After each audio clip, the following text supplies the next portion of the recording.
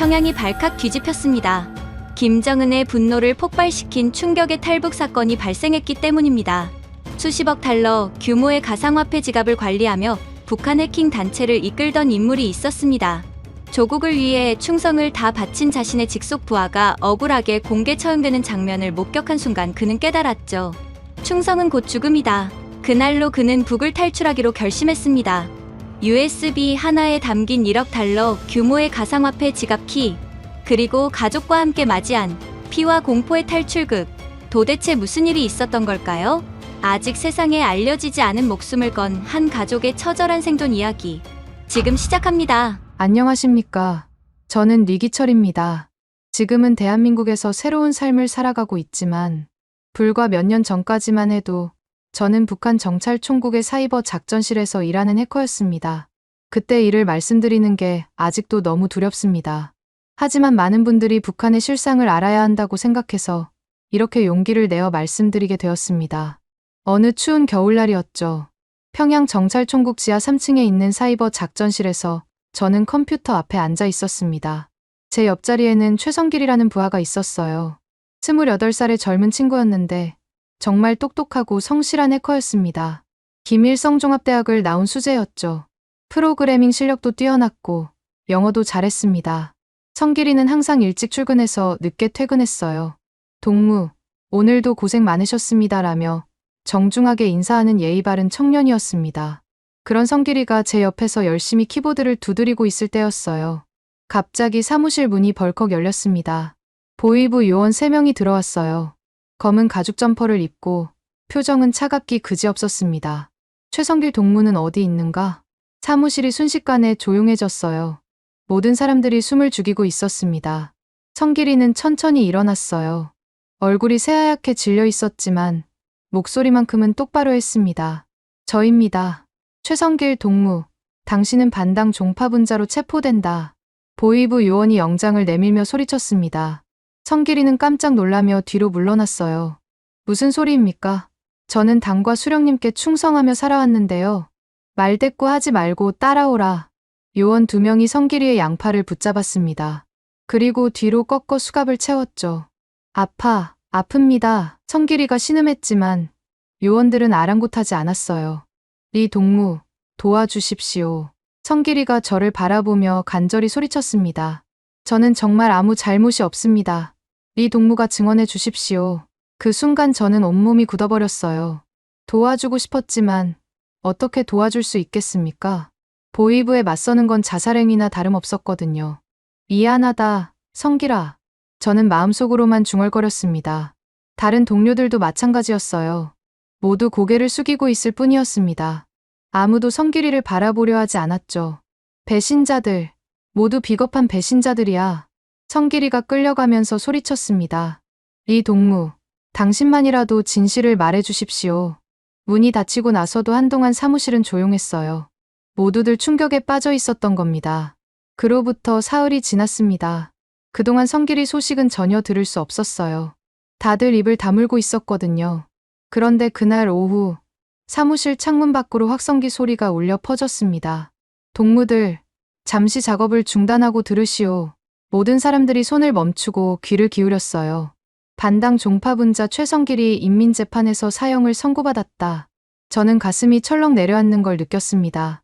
최성길은 외국의 간첩과 내통하여 국가기밀을 팔아먹으려 한 매국노다. 거짓말이었어요. 성길이는 그런 사람이 아니었습니다. 누구보다 조선을 사랑했던 청년이었거든요. 지금 이 시각 인민의 이름으로 즉결 처형하노라. 그 순간 저는 온몸이 얼어붙는 것을 느꼈습니다. 불과 사흘 전까지 제 옆에서 일하던 부하가 죽는다는 뜻이었으니까요. 저는 창문으로 뛰어갔습니다. 멀리 공개 처형장이 보였어요. 수천 명의 사람들이 모여 있었고 그 중앙에 기다란 나무 기둥이 서 있었습니다. 성길이는 그 기둥에 묶여 있었어요. 눈 가리게도 하지 않은 채로 말입니다. 멀리서도 그의 떨리는 모습이 보였어요. 최성길은 인민의 원수다. 죽음으로써 죄를 갚아라. 사회자의 목소리가 메아리쳤습니다. 그리고 총소리가 울렸습니다. 1번, 2번, 3번. 성길이의 몸이 축 늘어졌어요. 그리고 다시는 움직이지 않았습니다. 저는 창문에 기대어 서서 한참을 바라보고 있었어요. 눈물이 흐르고 있었지만 끌 수도 없었습니다. 다른 사람들이 볼까 봐서요. 리 동무, 창문에서 떨어지게.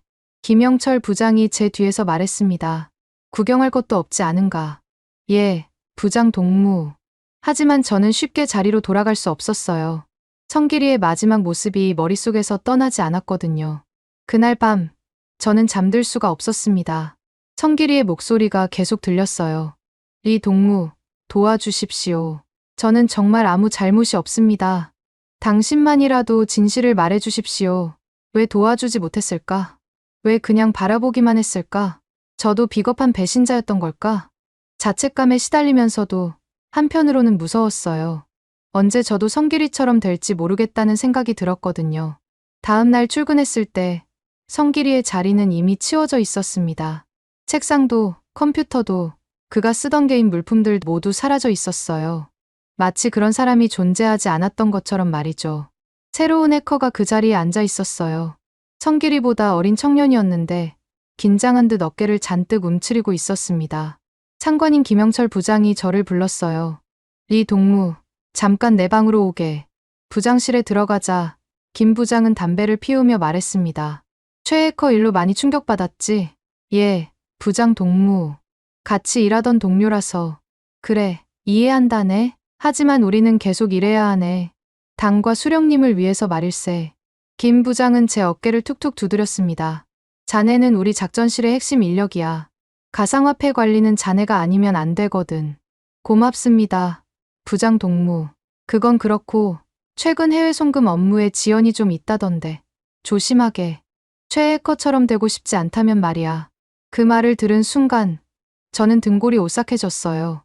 이건 명백한 경고였습니다. 저는 북한 정찰총국에서 가상화폐 관련 업무를 담당하고 있었거든요. 해킹으로 훔친 비트코인, 이더리움 같은 가상화폐를 관리하고 그걸 북한이 실제로 사용할 수 있는 달러나 위안화로 바꾸는 일이었습니다. 동시에 직접 해외 은행이나 암호화폐 거래소를 해킹하는 작전도 지휘했어요. 소위 라자루스 그룹이라고 불리는 조직의 핵심 멤버였던 거죠. 전 세계에서 수억 달러를 훔쳐온 그 유명한 해킹 조직 말입니다. 하지만 성길이가 죽은 후로는 모든 게 달라 보였습니다. 우리가 훔친 돈이 어디에 쓰이는지 뻔히 알고 있었거든요.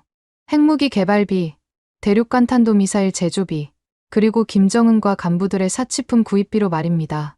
그동안은 조국을 위한 숭고한 임무라고 생각했어요. 제국주의자들의 돈을 빼앗아 우리 조선의 국력을 키우는 일이라고 믿었거든요. 하지만 성길이의 죽음을 보고 나니 이 모든 게 잘못되었다는 생각이 들었습니다. 우리는 그냥 도둑질을 하고 있었어요. 그것도 전 세계 선량한 사람들의 돈을 훔치고 있었던 겁니다. 그날 밤 집에 돌아와서도 잠이 오지 않았어요. 아내 정혜가 걱정스럽게 물어봤습니다. 여보, 무슨 일이야? 며칠 전부터 얼굴이 너무 안 좋아. 아니야, 괜찮아. 무슨 괜찮아. 밤마다 뒤척이고 밥도 제대로 안 먹고 무슨 일인지 말해봐. 저는 한참을 망설이다가 입을 열었습니다. 성길이가 죽었어. 정혜는 깜짝 놀랐어요. 뭐라고? 최성길 동무가? 반당 종파분자라는 누명을 쓰고 총살당했어. 정혜는 한동안 말을 잇지 못했습니다. 성길이를 몇 번 만난 적이 있었거든요. 명절 때 우리 집에 인사하러 온 적도 있었고요. 그런데 왜? 성길 동무는 그런 사람이 아니잖아. 나도 몰라. 그냥 희생양이 된 것 같아. 그날 밤부터 저는 진지하게 생각하기 시작했습니다. 이 지옥 같은 곳에서 벗어나야겠다고 말입니다. 가족들과 함께 자유로운 곳으로 떠나야겠다고 말이에요. 성길이가 죽은 지 일주일이 지났습니다. 하지만 저에게는 감시의 그림자가 점점 짙어지고 있었어요. 아침에 집을 나서면서 느꼈습니다. 평소와 뭔가 다르다는 걸 말이에요. 아파트 앞 골목에 검은색 승용차 한 대가 서 있었거든요. 차 안에는 2명의 남자가 앉아 있었는데 제가 지나갈 때 시선을 피했습니다. 하지만 백미러로 저를 지켜보고 있다는 게 느껴졌어요. 이상하네. 저는 평소보다 천천히 걸었습니다. 뒤돌아보고 싶었지만 그러면 의심을 받을 수 있으니까 참았어요. 지하철역에 도착해서도 그 느낌은 계속되었습니다. 누군가 저를 따라오고 있다는 기분이었거든요. 정찰총국에 도착해서 사무실로 들어갔는데 분위기가 예전 같지 않았어요. 동료들이 저를 보는 시선이 어딘지 어색했습니다. 리 동무, 안녕하십니까. 새로 온 해커가 인사했지만 목소리에 긴장감이 묻어 있었어요. 컴퓨터를 켜고 업무를 시작했는데 뭔가 이상했습니다. 제 컴퓨터에 접속 기록이 남아 있었거든요. 누군가 제가 없는 사이에 제 컴퓨터를 사용했다는 뜻이었어요. 아마도 보이부에서 제 작업 내역을 점검한 것 같았습니다. 젠장. 저는 속으로 욕을 했습니다. 점심시간이 되자 김영철 부장이 저를 불렀어요. 리 동무, 점심 같이 먹지. 부장과 함께 나간 식당에서 김 부장은 담배를 피우며 말했습니다. 요즘 좀 힘들지? 무슨 말씀이십니까? 최 해커 일 말이야. 자네가 많이 충격받은 것 같더군. 저는 조심스럽게 대답했습니다. 조금, 같이 일하던 동료라서 그렇습니다. 그렇지, 이해해. 하지만 우리는 감정에 흔들리면 안 되네. 더 중요한 일들이 기다리고 있으니까. 김 부장은 잠시 침묵하다가 다시 입을 열었어요. 그런데 말이야, 최근 해외 송금 업무에 지연이 좀 있다던데? 아, 그건 일본 거래소 해킹 건 말이야. 계획보다 이틀이나 늦었더군. 저는 식은땀이 났습니다. 사실 그 작업을 일부러 늦춘 게 아니었어요. 그냥 마음이 복잡해서 집중이 안 됐던 거였는데. 죄송합니다. 부장 동무. 다음에는 더 신경 쓰겠습니다. 신경을 써야지. 조심하게, 리 동무. 최 해커처럼 되고 싶지 않다면 말이야.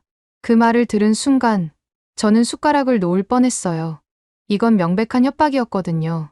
네, 알겠습니다. 그리고 또 하나, 자네 집 주변에서 이상한 일은 없었나? 이상한 일이요? 아, 별거 아니야. 그냥 혹시나 해서 묻는 거네.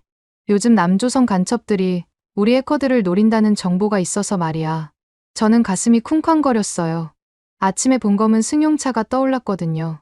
아니요, 별일 없습니다. 그렇다면 다행이고, 혹시 수상한 사람이 접근하거나 이상한 전화가 오면 바로 보고하게. 점심을 먹고 사무실로 돌아왔는데 더 충격적인 일이 기다리고 있었어요. 제 책상 서랍이 정리되어 있었거든요. 평소에 어지럽게 넣어둔 물건들이 깨끗하게 정돈되어 있었습니다. 누군가 제 서랍을 뒤졌다는 뜻이었어요.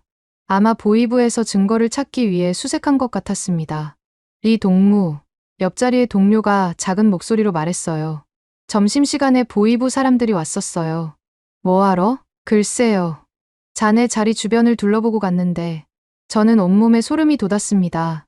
이제 정말 위험해졌다는 걸 느꼈어요. 그날 저녁 집으로 돌아가는 길에도 감시는 계속되었습니다.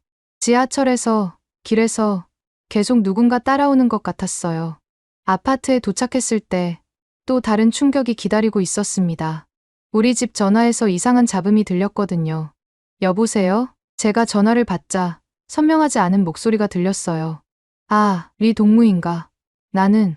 그런데 중간중간 치직하는 소리가 섞여 있었습니다. 도청 장치에서 나는 소리였어요. 저는 재빨리 전화를 끊었습니다. 그리고 아내에게 조용히 말했어요. 정혜야, 우리 집 전화 도청당하고 있어. 정혜는 깜짝 놀랐어요. 뭐라고? 쉿, 작게 말해. 지금부터는 집에서 중요한 이야기하면 안 돼. 그날 밤, 저는 아내와 함께 산책을 나갔습니다. 아무도 없는 공원에서 저는 모든 걸 털어놨어요. 정혜야, 우리 정말 위험해졌어. 무슨 일인데? 성길이 일 이후로 보이부에서 나를 감시하고 있어. 오늘 부장이 경고도 했고, 정혜는 제 손을 꽉 잡았습니다. 그럼 어떻게 해야 해? 모르겠어. 하지만 이대로 있으면 언젠가는 나도 성길이처럼. 저는 말을 잇지 못했어요. 너무 무서웠거든요. 여보, 그럼 탈북을 생각해봐야 하는 거 아니야? 정혜가 조심스럽게 말했습니다. 저도 같은 생각을 하고 있었지만 입 밖으로 내기는 무서웠어요. 그런 말 함부로 하면 안 돼. 하지만 다른 방법이 있어. 여기 있으면 우리 가족 모두 위험해질 수도 있잖아. 맞는 말이었어요. 북한에서는 한 사람이 문제가 되면 온 가족이 연좌제로 처벌받았거든요. 생각해보자. 일단 좀 더 신중하게. 다음 날부터는 상황이 더 악화되었습니다. 출근길에 보이는 검은 승용차가 한 대가 아니라 두 대였어요. 더 노골적으로 저를 감시하고 있다는 뜻이었습니다. 사무실에서도 마찬가지였어요. 동료들이 저와 대화하는 걸 꺼리기 시작했습니다.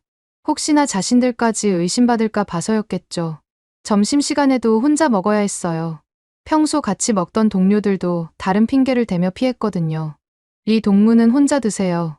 우리는 다른 약속이 외로웠어요. 성길이가 죽고 나서 더욱 그런 기분이 들었습니다. 오후에 업무를 하고 있는데 김영철 부장이 또 불렀어요. 이번에는 부장실이 아니라 회의실이었습니다. 회의실에 들어가니 부장 혼자가 아니었어요.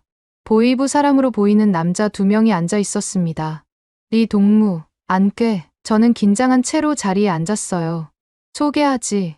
이분들은 보이부 5과에서 나오신 분들이야. 5과는 정치범을 담당하는 부서였습니다. 저는 입이 바짝 말랐어요.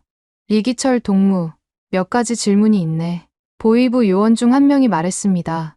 네, 말씀하십시오. 최성길과는 어떤 관계였나? 같은 팀에서 일하는 동료였습니다. 개인적으로는 어떤 사이였지? 별다른 개인적 관계는 없었습니다. 그냥 직장 동료였어요. 보이부 요원이 파일을 뒤적였어요.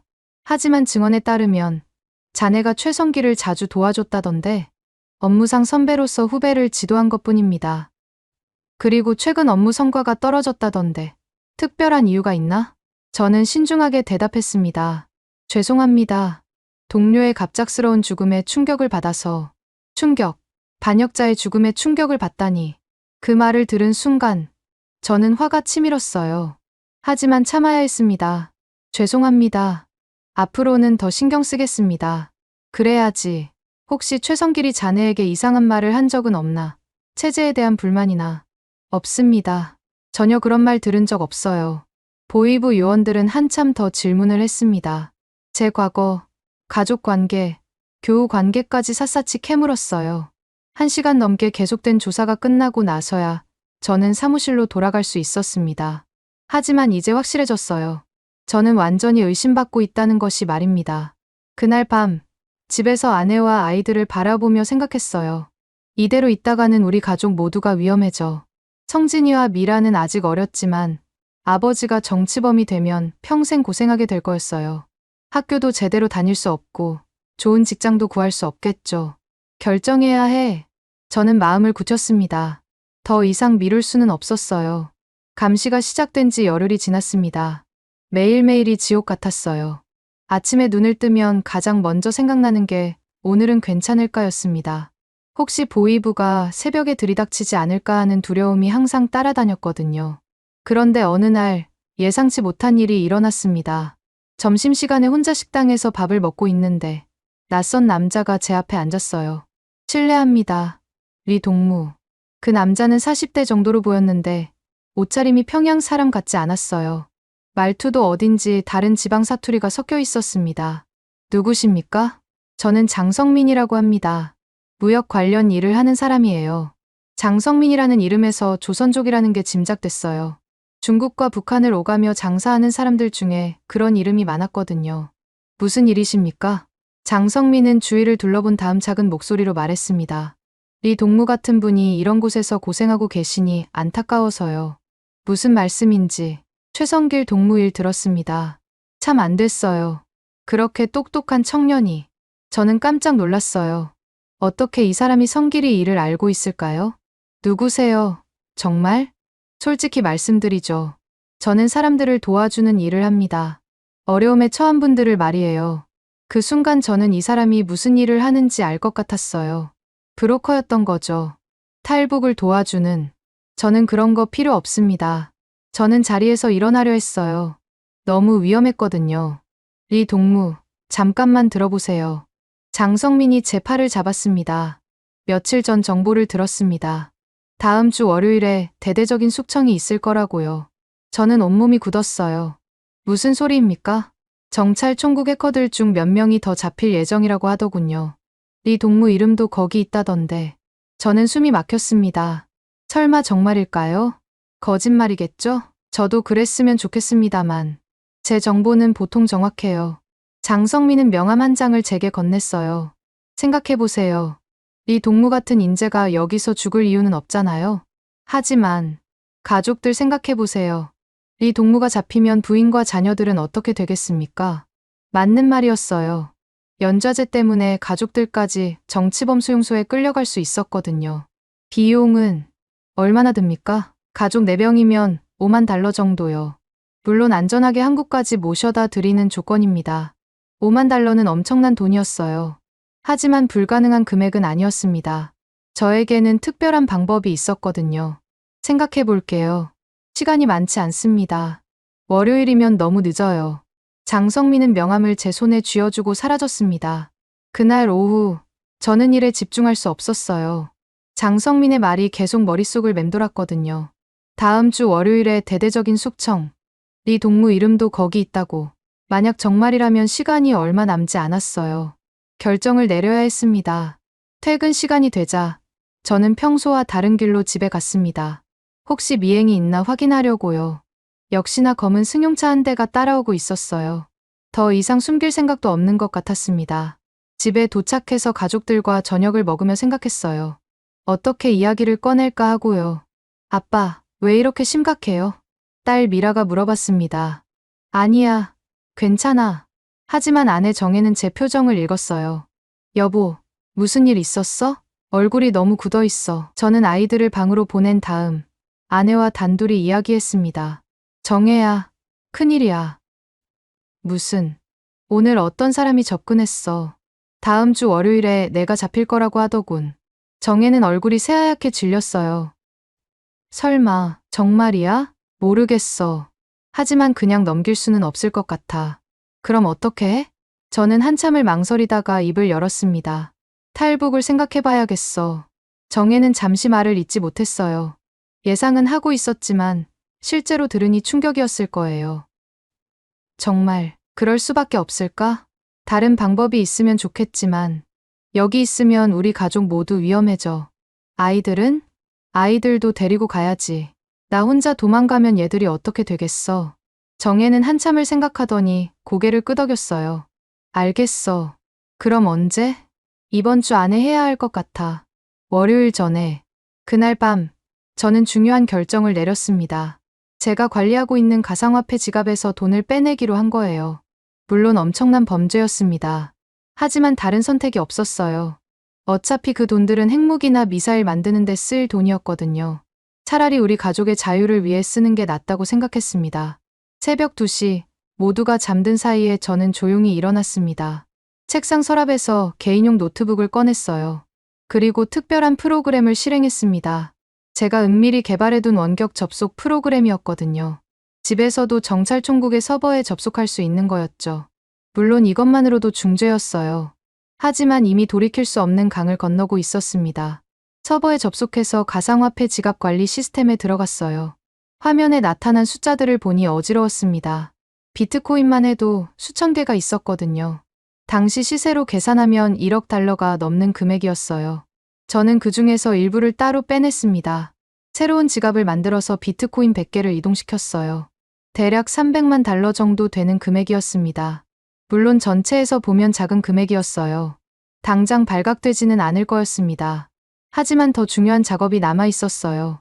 저는 USB 하나를 꺼냈습니다. 그리고 그 안에 특별한 파일들을 복사했어요. 북한 정찰총국이 관리하는 모든 가상화폐 지갑의 프라이빗 키였습니다. 이 키만 있으면 북한의 비밀 금고에 있는 모든 가상화폐에 접근할 수 있었어요. 1억 달러가 넘는 거대한 자금이었습니다. 이걸 가지고 나가면 국제사회에 큰 충격을 줄 수 있을 거야. 성길이의 죽음을 헛되게 하지 않겠다는 다짐도 있었어요. 북한의 해킹 실태를 세상에 알려야겠다고 생각했습니다. 파일 복사가 끝나자 저는 추적 회피 프로그램을 실행했어요. 제가 접속한 흔적을 지우는 프로그램이었습니다. 모든 작업이 끝나고 나니 벌써 새벽 4시였어요. USB를 안전한 곳에 숨기고 노트북을 정리했습니다. 그리고 다시 침대에 누웠지만 잠이 오지 않았어요. 이제 정말 돌이킬 수 없구나. 다음 날부터는 본격적으로 탈출 준비를 시작했습니다. 우선 장성민에게 연락했어요. 명함에 적힌 번호로 전화를 걸었습니다. 여보세요. 장성민입니다. 어제 만났던 리기철입니다. 아, 리 동무. 결심하셨나요? 하지만 조건이 있습니다. 무엇입니까? 이번 주 금요일까지 모든 걸 끝내야 해요. 금요일이요. 너무 급한데. 안 되면 다른 방법을 찾겠습니다. 장성민은 잠시 생각하더니 대답했어요. 알겠습니다. 금요일 밤에 하죠. 비용은 어떻게 지불합니까? 절반은 미리, 절반은 한국 도착 후에 주시면 됩니다. 좋습니다. 그날부터 저는 이중 생활을 시작했어요. 낮에는 평소처럼 일하고, 밤에는 탈출 준비를 했습니다. 먼저 비트코인을 달러로 바꿨어요. 중국의 비공식 거래소를 통해서 말입니다. 25,000달러를 현금으로 확보했습니다. 그리고 가족들과 조심스럽게 이야기했어요. 성진아, 미라야, 아빠가 중요한 이야기가 있어. 네, 아빠, 우리가 잠깐 여행을 떠날 수도 있어. 아무에게도 말하면 안 돼. 아이들은 여행이라는 말에 좋아했어요. 설마 그게 목숨을 건 탈출이 될 줄은 몰랐겠죠. 목요일 밤, 마지막 준비를 했습니다. USB는 방수팩에 넣어서 몸속 깊은 곳에 숨겼어요. 만약 검문에 걸려도 쉽게 발견되지 않도록 말입니다. 그리고 가족들에게 마지막 당부를 했어요. 내일 밤이 우리의 마지막 기회야. 모두 준비됐지? 네, 아빠. 좋아. 그럼 내일 저녁에 만나자. 금요일 아침이 밝았습니다. 평생 잊을 수 없는 하루가 시작된 거죠. 평소처럼 출근 준비를 하면서도 제 손은 계속 떨리고 있었어요. 오늘이 정찰총국에서 보내는 마지막 날이구나. 아내 정혜는 아침밥을 차려주면서도 불안한 기색이 역력했습니다. 여보, 정말 괜찮을까? 괜찮을 거야. 우리 계획대로만 하면 돼. 하지만 속으로는 저도 확신이 서지 않았어요. 탈북은 정말 목숨을 건 도박이었으니까요. 아이들한테는 뭐라고 할까? 그냥 친척 집에 놀러 간다고 해. 며칠 후에 돌아온다고. 출근길에도 평소와 똑같이 행동했습니다. 혹시나 의심받을까 봐서요. 지하철에서 신문도 읽고 동료와 인사도 나눴어요. 하지만 속으로는 계속 이게 마지막이구나 하는 생각이 들었습니다. 정찰총국에 도착해서 사무실로 들어갔을 때 김영철 부장이 저를 불렀어요. 리 동무, 잠깐 오게. 가슴이 철렁했어요. 혹시 뭔가 발각된 건 아닐까요? 네. 부장 동무. 부장실에 들어가니 다행히 보이부 사람들은 없었어요. 오늘 일본 은행 해킹 건 어떻게 되고 있나? 순조롭게 진행 중입니다. 그래, 수고하네. 그런데 말이야. 김 부장이 잠시 말을 멈췄어요. 주말에 특별 근무가 있을 수도 있네. 혹시 모르니까 준비해 두게. 주말 근무요?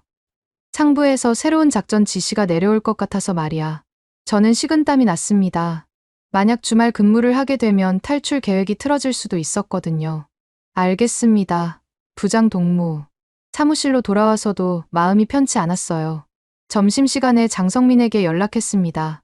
오늘 밤 계획에 문제 없죠? 네. 모든 준비가 끝났습니다. 밤 11시에 약속 장소에서 만나시면 됩니다.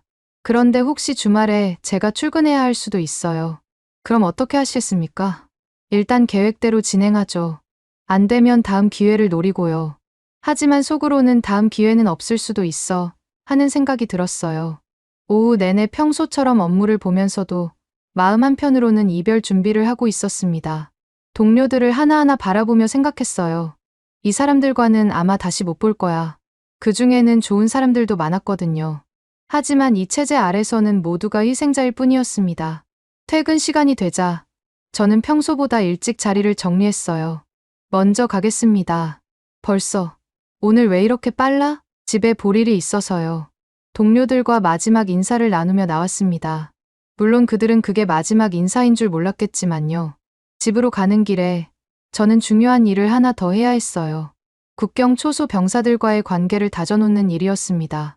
평양에서 신의주까지는 기차로 몇 시간이면 갈 수 있었어요. 하지만 문제는 압록강을 건너는 일이었습니다. 다행히 저는 몇 달 전부터 준비를 해두고 있었어요. 정찰총국에서 일하다 보니 가끔 신의주 쪽으로 출장을 갈 일이 있었거든요. 그때마다 국경 초소 병사들과 친분을 쌓아뒀습니다. 동무들, 수고 많으십니다. 술이나 담배를 사서 가져다 주곤 했어요. 물론 그때는 탈북을 염두에 둔 건 아니었지만 지금 생각해보니 잘한 일이었습니다. 집에 도착해서 가족들과 저녁을 먹었어요. 마지막 저녁이 될 수도 있는 식사였습니다. 아빠, 내일 정말 여행 가는 거예요? 미라가 신이 나서 물어봤어요. 응, 재미있을 거야. 어디로 가는데요? 가봐야 알지. 성진이는 좀 더 눈치가 빠른 편이었어요. 아빠, 뭔가 이상해요. 왜 이렇게 심각하세요? 아니야, 괜찮아. 하지만 성진이의 표정을 보니 뭔가 감지한 것 같았어요. 저녁 식사 후 저는 가족들을 불러 모았습니다. 얘들아, 아빠가 중요한 얘기할게. 네, 아빠, 내일부터 며칠 동안은 평소와 다를 거야. 아빠 말을 잘 들어야 해. 그냥 그냥 특별한 여행이라서 그래. 정혜가 아이들을 방으로 보낸 다음 저와 단둘이 이야기했어요. 여보, 정말 괜찮을까? 아직도 무서워. 나도 무서워. 하지만 여기 있으면 더 위험해. 만약에 잡히면 어떻게 해? 저는 아내의 손을 꽉 잡았습니다. 잡히지 않을 거야. 우리는 반드시 살아서 자유로운 땅에 발을 디딜 거야. 그날 밤 10시, 저는 마지막 준비를 했습니다. 우선 집에 있던 막걸리에 수면제를 탔어요. 국경 초소 병사들에게 줄 술이었습니다. 수면제는 정혜가 불면증 때문에 먹던 거였는데 그걸 몰래 가져왔어요. 막걸리 한 병에 수면제 서너 알을 넣으면 사람이 깊이 잠들게 됩니다. 그리고 USB를 다시 한번 확인했어요. 방수팩에 잘 포장되어 있는지, 몸에 숨기기 좋은지 체크했습니다. 이 USB 안에는 북한의 모든 가상화폐 비밀이 들어 있었어요. 1억 달러가 넘는 돈에 접근할 수 있는 열쇠였습니다. 이걸 가지고 나가서 국제사회에 공개하면 북한에게는 큰 타격이 될 거야.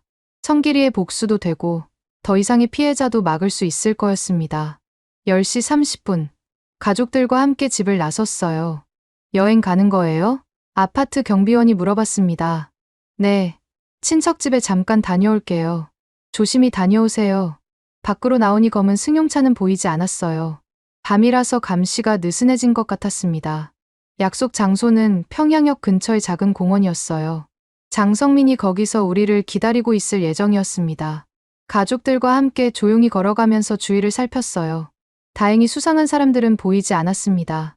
공원에 도착하니 장성민이 벤치에 앉아 있었어요. 옆에는 트럭 한 대가 서 있었습니다. 리 동무, 왔군요. 가족분들도 모두 오셨고, 준비는 됐습니까? 저는 가방에서 현금 봉투를 꺼냈어요. 25,000달러가 들어있었습니다. 약속한 돈입니다. 장성민이 돈을 받아보더니 고개를 끄덕였어요. 좋습니다. 그럼 이제 출발하죠. 트럭 뒤쪽을 열어보니 야채 상자들이 가득했어요. 그 사이사이에 사람이 숨을 공간이 마련되어 있었습니다. 여기 숨어 계셔야 합니다. 신의주까지는 4시간 정도 걸릴 거예요. 가족들이 모두 트럭에 올라탔어요. 성진이가 미라를 도와주고 정혜는 제 손을 꽉 잡았습니다. 여보, 정말 괜찮을까? 괜찮아. 우리는 해낼 수 있어. 트럭이 출발했습니다. 평양의 불빛들이 점점 멀어져 갔어요. 어둠 속에서 저는 생각했습니다. 성길아, 너희 죽음을 헛되게 하지 않겠어. 반드시 진실을 세상에 알리겠어. 트럭이 흔들릴 때마다 USB가 몸에 닿는 느낌이 났어요. 그 작은 장치 안에 북한 정권을 흔들 수 있는 폭탄이 들어 있었습니다. 새벽 2시쯤 트럭이 멈췄어요. 도착했습니다. 장성민이 트럭 뒤쪽을 열었습니다. 밖으로 나오니 압록강이 보였어요. 저기가 중국입니다. 강 건너편에 불빛들이 반짝이고 있었어요. 자유의 땅이었습니다. 이제 정말 시작이네요. 저는 가족들을 바라봤어요. 모두 긴장한 표정이었지만 결의에 찬 눈빛이었습니다. 좋아. 이제 강을 건너자. 신의주에 도착한 저희는 장성민이 마련해둔 은신처에서 잠시 기다려야 했습니다. 낡은 창고 같은 곳이었는데 냄새가 좀 났지만 안전해 보였어요. 여기서 해가 질 때까지 기다리셔야 합니다. 장성민이 말했어요. 왜 그렇게 기다려야 하죠? 밤에 건너는 게 안전하거든요. 낮에는 초소 병사들이 더 예민해집니다. 그때 장성민의 휴대전화가 울렸어요. 전화를 받고 난 그의 표정이 굳어졌습니다. 무슨 일입니까? 큰일 났습니다. 리 동무. 뭐가요? 평양에서 연락이 왔는데 오늘 아침부터 대대적인 수색이 시작됐다고 하네요. 저는 온몸에 소름이 돋았어요. 수색이요? 정찰 총국 해커들을 대상으로 한 숙청 작업이 시작된 것 같습니다. 바로 그때였어요. 장성민의 전화가 또 울렸습니다. 여보세요? 통화를 끝낸 장성민의 얼굴이 새하얗게 질렸어요. 리 동무집에 보위부가 들이닥쳤습니다. 뭐라고요? 새벽 5시쯤부터 리 동무를 찾고 있다고 하네요. 벌써 전국에 수배령이 내려진 것 같습니다. 저는 다리에 힘이 빠져 주저앉을 뻔했어요. 예상보다 훨씬 빨리 발각된 거였습니다. 그럼 우리 어떻게 해야 해요? 빨리 강을 건너야 합니다. 더 이상 기다릴 수 없어요. 정혜가 제 팔을 붙잡았어요. 여보, 어떻게 된 거야? 우리가 없어진 걸 벌써 알아차린 것 같아. 아이들도 불안한 기색이었어요. 성진이가 물어봤습니다. 아빠, 우리 정말 위험한 거예요? 괜찮아. 성진아. 아빠가 다 해결할 거야. 하지만 속으로는 절망스러웠어요. 이제 정말 돌이킬 수 없는 상황이 된 거였습니다. 장성민이 다급하게 말했어요. 지금 당장 출발하는 게 좋겠습니다. 늦으면 국경까지 추격이 올 수 있어요. 하지만 아직 낮인데 어쩔 수 없습니다. 위험하더라도 지금 가야 해요. 우리는 서둘러 준비를 마쳤습니다. 장성민이 국경 초소 쪽으로 안내했어요. 저기 보이는 초소 병사들과는 제가 이미 이야기를 해뒀습니다. 어떻게요? 돈을 줬죠. 그리고 리 동무가 가져온 술도 있고 저는 가방에서 수면제를 탄 막걸리를 꺼냈어요. 이걸 주면 됩니까? 네. 그럼 병사들이 잠시 잠들 테니까 그 사이에 강을 건너시면 됩니다. 초소에 도착하니 병사 2명이 서 있었어요. 그들을 보는 순간 저는 안도했습니다. 아는 얼굴들이었거든요. 리 동무, 여기 어쩐 일입니까? 안녕하십니까? 김동무. 그 병사는 김철수라는 이름의 20살 청년이었어요. 제가 몇 번 만난 적이 있었습니다. 가족들과 함께 친척 보러 중국에 잠깐 다녀올 일이 있어서요. 아, 그러시는군요. 다른 병사인 박영수도 저를 알아봤어요. 리 동무, 오랜만입니다. 네. 박 동무도 안녕하셨어요? 저는 가방에서 막걸리와 담배를 꺼냈어요. 동무들 고생 많은데 이거라도 드세요. 고맙습니다. 젊은 병사들은 좋아했어요. 국경 초소 근무는 정말 지루한 일이었거든요. 그런데 리 동무, 공식 허가는 받으셨습니까? 김철수가 물어봤어요. 물론이죠. 여기 서류 있습니다. 장성민이 미리 준비해둔 가짜 서류를 보여줬어요. 물론 완전히 가짜는 아니었고 어느 정도 진짜처럼 보이게 만든 거였습니다. 아, 정찰총국에서 나온 거네요. 병사들은 대충 확인하고 넘어갔어요. 저를 믿고 있었던 거죠. 그럼 막걸리 한잔하고 가세요. 아니에요. 저희는 급해서. 뭘 그러세요. 잠깐만이라도. 결국 병사들과 함께 막걸리를 마셔야 했어요. 물론 저는 수면제가 든 걸 마시지 않았습니다. 와, 이 막걸리 정말 독하네요. 박영수가 말했어요. 그러게요. 갑자기 졸려져요. 김철수도 하품을 했습니다. 30분 정도 지나자 2병사 모두 깜빡 잠들었어요. 수면제 효과가 나타난 거였죠. 좋아. 지금입니다. 장성민이 우리를 재촉했어요. 철조망을 지나 강까지 가야 합니다. 우리는 조용히 초소를 지나 철조망 쪽으로 향했어요. 장성민이 미리 준비해둔 절단기로 철조망을 잘랐습니다. 조심하세요. 철조망에 다치면 안 됩니다. 하나씩 철조망 사이로 빠져나갔어요. 먼저 성진이가 나가고 다음에 미라, 그리고 정혜순이었습니다. 제가 마지막으로 나가려는 순간이었어요. 멀리서 자동차 소리가 들렸습니다. 큰일이다. 추격대가 오고 있어요. 장성민이 다급하게 외쳤어요. 정말로 헤드라이트 불빛이 보였습니다. 보이부 차량들이 이쪽으로 오고 있었어요. 빨리 강으로. 우리는 뛰기 시작했습니다. 압록강까지는 200m 정도 남아 있었어요. 미라가 뛰다가 넘어졌어요. 성진이가 재빨리 동생을 일으켜 세웠습니다. 괜찮아. 미라야. 조금만 더 뛰자. 뒤에서는 추격대의 소리가 점점 가까워졌어요. 거기 서라. 이기철. 확성기로 제 이름을 부르는 소리가 들렸습니다. 총을 쏠 것이다. 즉시 항복하라. 하지만 저희는 멈출 수 없었어요. 멈추면 모두 죽는 거였으니까요. 드디어 압록강에 도착했습니다. 물이 너무 차가워 보이는데 정혜가 걱정스럽게 말했어요. 어쩔 수 없어요. 헤엄쳐서 건너야 합니다. 장성민도 같이 물에 들어갔어요. 제가 앞서 갈게요. 따라오세요. 물은 정말 차가웠어요. 2월의 압록강이었으니까 얼음처럼 차가웠습니다. 으악, 너무 차가워. 미라가 비명을 질렀어요. 참아. 미라야. 조금만 더 참자. 성진이가 동생을 도와주며 헤엄쳤습니다. 물살도 생각보다 강했어요. 자칫하면 떠내려갈 수 있었습니다. 그때 뒤에서 총소리가 들렸어요. 탕. 머리 숙이세요. 총을 쏘고 있어요. 우리는 물속에 몸을 낮추며 계속 헤엄쳤어요. 중간쯤 왔을 때 큰일이 벌어졌습니다. 미라가 물살에 휩쓸려 떠내려가기 시작한 거예요. 아빠, 살려주세요. 미라야. 정혜가 비명을 질렀어요. 그때 성진이가 용감하게 동생을 구하러 갔습니다. 물살을 헤치며 미라에게 다가가서 붙잡았어요. 괜찮아. 미라야. 형이 있어. 다행히 성진이가 미라를 안전하게 구했습니다. 뒤에서는 순찰선도 나타났어요. 서치라이트로 강물을 비추며 우리를 찾고 있었습니다. 빨리. 거의 다 왔어요. 장성민이 소리쳤어요. 정말로 중국 쪽 강변이 가까워지고 있었어요. 하지만 그때 또 다른 위험이 있었어요. 군견들이 짖는 소리가 들렸거든요. 멍멍, 멍멍. 추적견들이 우리 냄새를 맡고 쫓아오고 있었어요. 조금만 더 헤엄치면 돼요. 드디어 중국 쪽 강변에 손이 닿았어요. 해냈다. 하나씩 강에서 나왔습니다. 온몸이 얼어서 떨렸지만 살아있었어요. 축하합니다. 이제 중국 땅입니다. 장성민이 말했어요. 저는 뒤돌아서 북한 쪽을 바라봤어요. 여전히 서치라이트가 강물을 비추고 있었고 군견들이 짖고 있었습니다. 이제 정말 돌아갈 수 없구나. 하지만 후회는 없었어요. 우리는 자유를 향해 한 걸음 더 다가선 거였으니까요. 그리고 제 몸속에는 북한 정권을 흔들 수 있는 USB가 있었습니다. 성길이의 복수를 할 수 있는 증거 말이에요.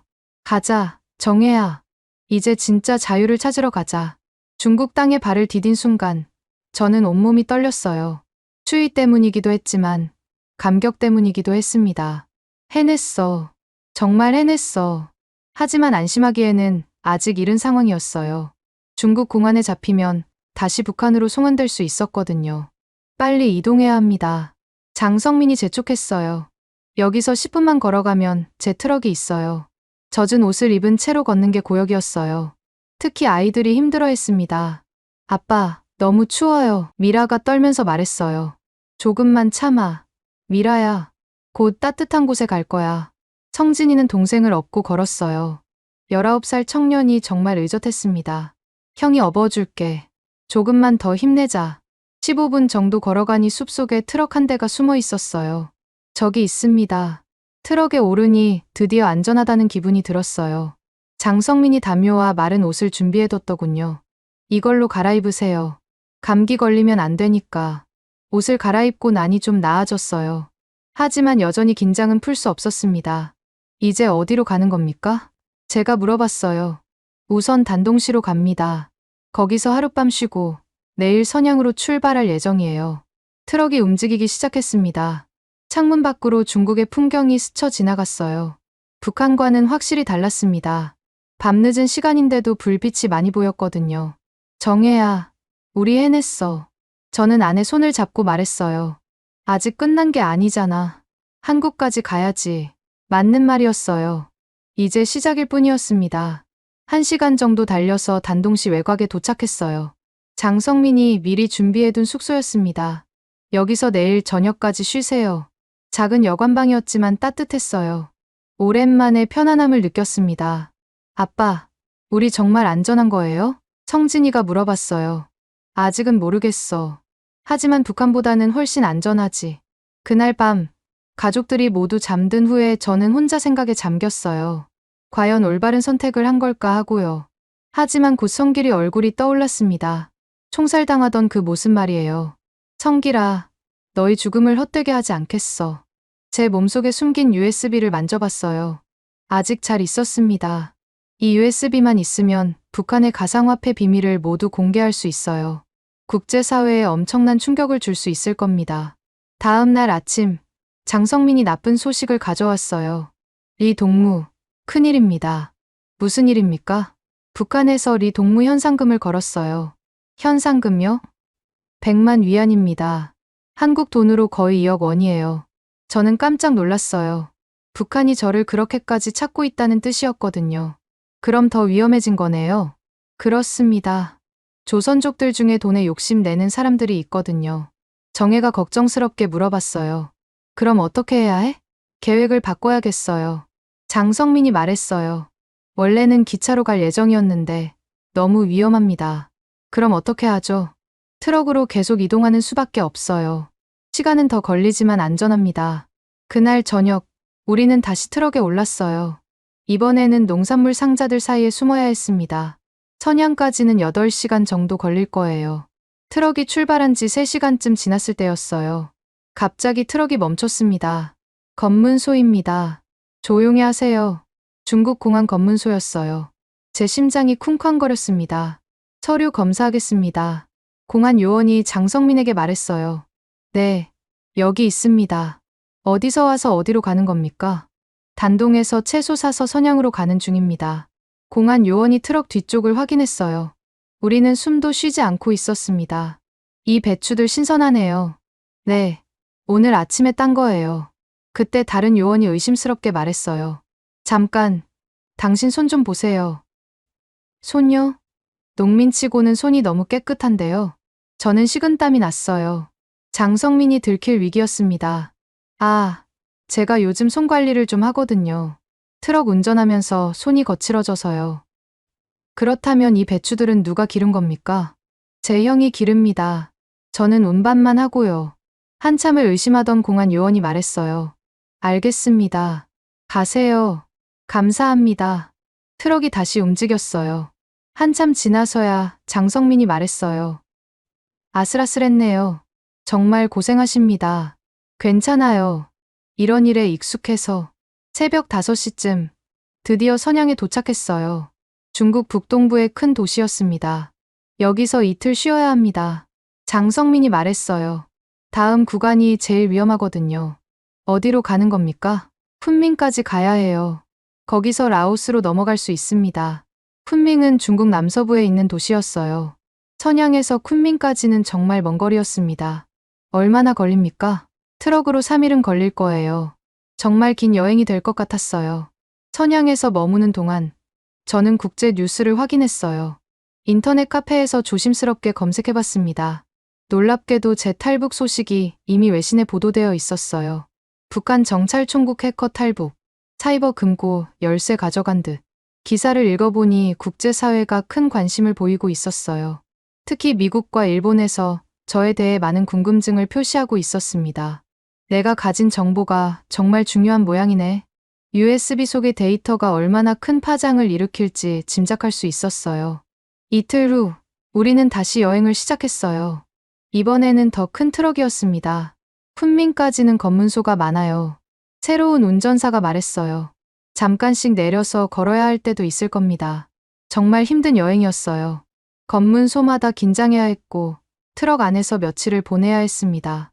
하지만 우리는 포기하지 않았어요. 자유를 향한 의지가 강했거든요. 3일 밤을 트럭에서 보내고 나서 드디어 쿤밍에 도착했어요. 고생하셨습니다. 이제 마지막 구간만 남았어요. 하지만 가장 위험한 구간이 남아 있었어요. 라오스 국경을 넘는 일이었습니다. 라오스 정글을 걸어서 횡단해야 합니다. 장성민이 설명했어요. 2박 3일 정도 걸릴 거예요. 미라가 불안해했어요. 정글이요. 무서워요. 괜찮아. 미라야. 아빠가 지켜줄게. 하지만 속으로는 저도 걱정이었어요. 정글에는 여러 위험이 도사리고 있었거든요. 그래도 이제 희망이 보였어요. 라오스만 넘으면 한국 대사관에 갈 수 있었으니까요. 조금만 더 힘내자, 가족들아. 쿤밍에서 하루 더 쉰 후 드디어 라오스 국경으로 향했습니다.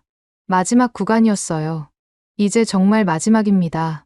장성민이 말했어요. 라오스 국경 마을까지는 트럭으로 가고 거기서부터는 걸어야 해요. 트럭을 타고 6시간을 달려 국경 근처에 도착했어요. 산속의 작은 마을이었습니다. 여기서 정글 가이드를 만날 예정이에요. 잠시 후 현지인 한 명이 나타났어요. 라오스 사람으로 보였는데 중국어를 조금 할 줄 알았습니다. 안녕하세요. 저는 솜차이입니다. 이분이 정글길을 안내해 주실 거예요. 솜차이는 우리를 보더니 걱정스럽게 말했어요. 아이들도 있네요? 정글길이 매우 험합니다. 괜찮습니다. 우리는 할 수 있어요. 그럼 준비하세요. 2박 3일 걸을 겁니다. 우리는 배낭을 메고 정글로 들어갔어요. 처음에는 그럭저럭 걸을 만했습니다. 하지만 시간이 지날수록 길이 험해졌어요. 나무 뿌리에 걸려 넘어지기도 하고 가시에 찔리기도 했습니다. 아빠, 다리가 아파요. 미라가 울먹였어요. 조금만 더 힘내자. 우리 거의 다 왔어. 성진이가 동생을 격려했어요. 미라야, 우리가 한국 가면 맛있는 거 많이 먹을 수 있어. 첫째 날 밤은 텐트에서 잤어요. 정글 소리가 무서웠지만 가족이 함께 있어서 든든했습니다. 둘째 날은 더 힘들었어요. 비까지 내리기 시작했거든요. 비 맞으면서 가야 합니다. 솜차이가 말했어요. 멈추면 더 위험해요. 온몸이 젖은 채로 진흙탕 길을 걸었어요. 정말 지옥 같은 하루였습니다. 정혜가 넘어져서 무릎을 다쳤어요.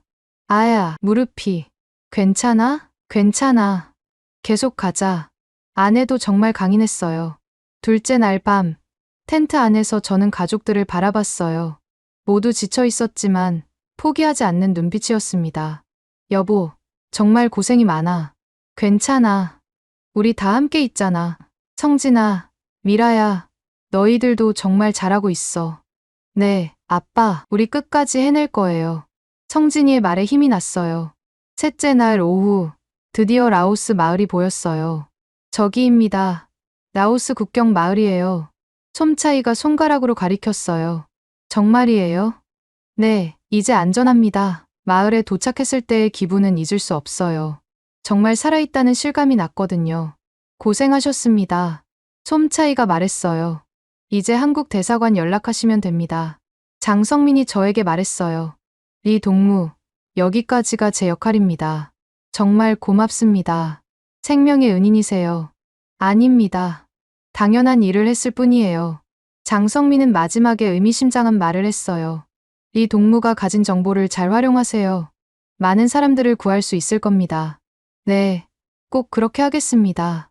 그는 제 손을 꽉 잡으며 말했어요. 사람이 돈보다 중요합니다. 리 동무 같은 분은 살아야 해요. 정말 고마운 분이었어요. 라오스 마을에서 하룻밤을 쉰 후 우리는 수도 비엔티안으로 갔어요. 거기에 한국 대사관이 있었거든요. 버스를 타고 6시간을 달려 비엔티안에 도착했어요. 정말 문명 사회로 돌아온 기분이었습니다. 한국 대사관 앞에 섰을 때 저는 울컥했어요. 드디어 해냈다는 생각이 들었거든요. 여러분, 어떻게 오셨습니까? 대사관 직원이 물어봤어요. 저희는 북한에서 온 탈북자입니다. 아, 그러시군요. 들어오세요.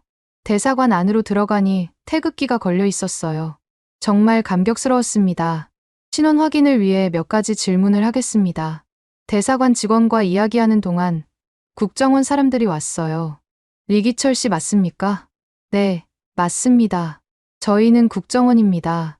몇 가지 여쭤볼 것이 있습니다. 별실로 가서 조사를 받았어요. 물론 예상했던 일이었습니다. 정찰총국에서 어떤 일을 하셨습니까? 가상화폐 관리와 해킹 작전을 담당했습니다. 혹시 중요한 정보를 가지고 계신가요? 저는 잠시 망설이다가 입을 열었어요. 네, 있습니다. 그리고 몸속에서 USB를 꺼냈어요. 이것이 북한 사이버 금고의 지갑 키입니다. 국정원 요원의 눈이 커졌어요. 정말입니까? 북한이 해킹으로 훔친 가상화폐 1억 달러 이상에 접근할 수 있는 열쇠예요. 어떻게 이런 걸. 제 부하가 억울하게 숙청당하는 걸 보고 더는 버틸 수 없었습니다. 저는 성길이 이야기를 자세히 설명했어요. 그의 죽음이 얼마나 억울했는지, 북한 체제가 얼마나 잔인한지 말했습니다. 이 정보로 북한의 자금줄을 끊을 수 있습니다. 대단한 정보네요. 국제사회에 큰 도움이 될 것 같습니다. 며칠 후 놀라운 소식이 전해졌어요. 리 씨가 제공한 정보 덕분에 북한 가상화폐 계좌들이 대량으로 동결되었습니다. 정말 뿌듯했어요. 성길이의 복수를 조금이나마 한 것 같았거든요. 2주 후 우리는 드디어 한국행 비행기에 몸을 맡겼어요. 아빠, 우리 정말 한국 가는 거예요? 미라가 신나서 물어봤어요. 그래, 미라야, 이제 자유로운 나라에서 살 수 있어.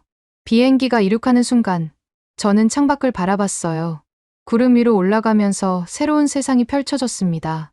성길아, 봤지? 우리가 해냈어. 마음속으로 중얼거렸어요. 인천공항에 도착했을 때의 감격은 말로 표현할 수 없어요. 정말 자유의 땅에 온 거였으니까요. 공항에서는 통일부 직원들이 우리를 맞이해줬어요. 한국에 오신 것을 환영합니다. 감사합니다. 이제 하나원에서 정착 교육을 받으시게 됩니다. 새로운 삶의 시작이었어요. 2025년 지금 저희 가족은 서울 외곽의 작은 아파트에서 살고 있습니다. 탈북한 지 2년이 지났지만 아직도 꿈만 같아요. 처음 하나원에 들어갔을 때가 생각납니다.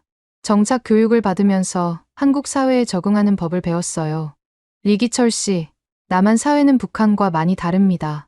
상담사 선생님이 말씀하셨어요. 천천히 적응해 나가시면 됩니다. 가장 힘들었던 건 PTSD 치료였어요. 성길이가 죽던 장면이 자꾸 떠올랐거든요. 밤에 잠을 잘 못 자겠어요. 의사 선생님께 말씀드렸습니다. 트라우마는 시간이 지나면서 나아질 겁니다. 꾸준히 치료받으시면 돼요. 정말 많은 분들이 도움을 주셨어요. 하나원 선생님들, 의료진, 그리고 먼저 온 탈북자 선배들까지요. 리영, 처음엔 다 어려워요. 먼저 온 탈북자 선배가 말했어요. 하지만 여기는 노력하면 꿈을 이룰 수 있는 곳이에요. 6개월간의 하나원 생활을 마치고 사회로 나왔을 때 정말 막막했어요. 모든 게 새로웠거든요. 지하철을 타는 것부터 시작해서 휴대전화 사용하는 법, 은행 업무 보는 법까지요. 아빠, 이거 어떻게 하는 거예요? 미라가 지하철 교통카드를 보며 물어봤어요. 나도 모르겠어. 같이 배워보자. 성진이는 적응이 빨랐어요. 곧 검정고시를 준비해서 고등학교 졸업 학력을 얻었습니다. 아빠, 저 대학 가고 싶어요. 그래, 뭘 공부하고 싶은데? 컴퓨터 공학이요. 아빠처럼 컴퓨터 잘하고 싶어요. 저는 복잡한 심정이었어요. 제가 북한에서 했던 일이 해킹이었으니까요. 성진아, 컴퓨터는 좋은 일에 써야 한다. 네, 아빠, 나쁜 해커 말고 좋은 보안 전문가가 되고 싶어요. 기특한 아들이었어요. 미라는 한국 학교에 적응하느라 힘들어했어요. 북한 억양 때문에 친구들이 신기해하기도 했거든요. 엄마, 애들이 자꾸 말투가 이상하다고 해요. 정혜가 딸을 달랬어요. 괜찮아. 미라야, 조금 다른 게 뭐가 나쁜 거야? 하지만 부끄러워요. 부끄러워할 필요 없어. 우리는 용감하게 자유를 찾아온 거야. 정혜는 탈북 여성들을 돕는 봉사활동을 시작했어요. 여보, 나도 뭔가 의미 있는 일을 하고 싶어. 좋은 생각이야. 우리 같은 경험을 한 사람들에게 도움이 될 거야. 저는 처음에 어떤 일을 할지 고민이 많았어요. 북한에서 한 일 때문에 떳떳하지 못했거든요. 그런데 국정원에서 연락이 왔어요. 리 씨, 우리와 함께 일해보시겠습니까? 무슨 일 말씀이시죠? 북한 해킹 수법을 분석하고 방어 대책을 세우는 일입니다. 저는 잠시 망설였어요. 제가 그런 일을 해도 될까요? 저는 해커였는데. 바로 그렇기 때문에 필요한 겁니다. 적을 막으려면 적을 알아야 하니까요. 그렇게 저는 사이버 보안 전문가로 일하게 되었어요. 이번에는 나라를 지키는 일이었습니다. 처음 출근했을 때가 기억나요. 동료들이 저를 어떻게 볼지 걱정이었거든요. 리 선생님, 잘 부탁드립니다. 다들 저를 따뜻하게 맞아줬어요. 과거가 아니라 현재의 제 의지를 봐준 거였죠. 북한 해커들의 수법이 어떻게 됩니까? 라자루스 그룹은 이런 식으로 공격합니다. 제 경험을 바탕으로 북한 해킹을 막는 일에 참여했어요. 정말 보람찬 일이었습니다. 몇 달 후, 더 큰 기회가 왔어요. 유엔에서 북한 제재 관련 청문회의 증인으로 나와 달라고 한 거예요. 리 씨의 증언이 국제사회에 큰 도움이 될 것 같습니다. 제가 그런 중요한 자리에 당연히 해야 할 일입니다. 많은 사람들이 진실을 알아야 해요. 2024년 가을, 저는 유엔 본부에 서 있었어요. 각국 대표들 앞에서 북한의 실상을 증언하는 자리였습니다. 존경하는 각국 대표 여러분, 저는 북한 정찰총국에서 해커로 일했던 리기철입니다. 마이크 앞에 손이 떨렸지만 해야 할 말이 있었어요.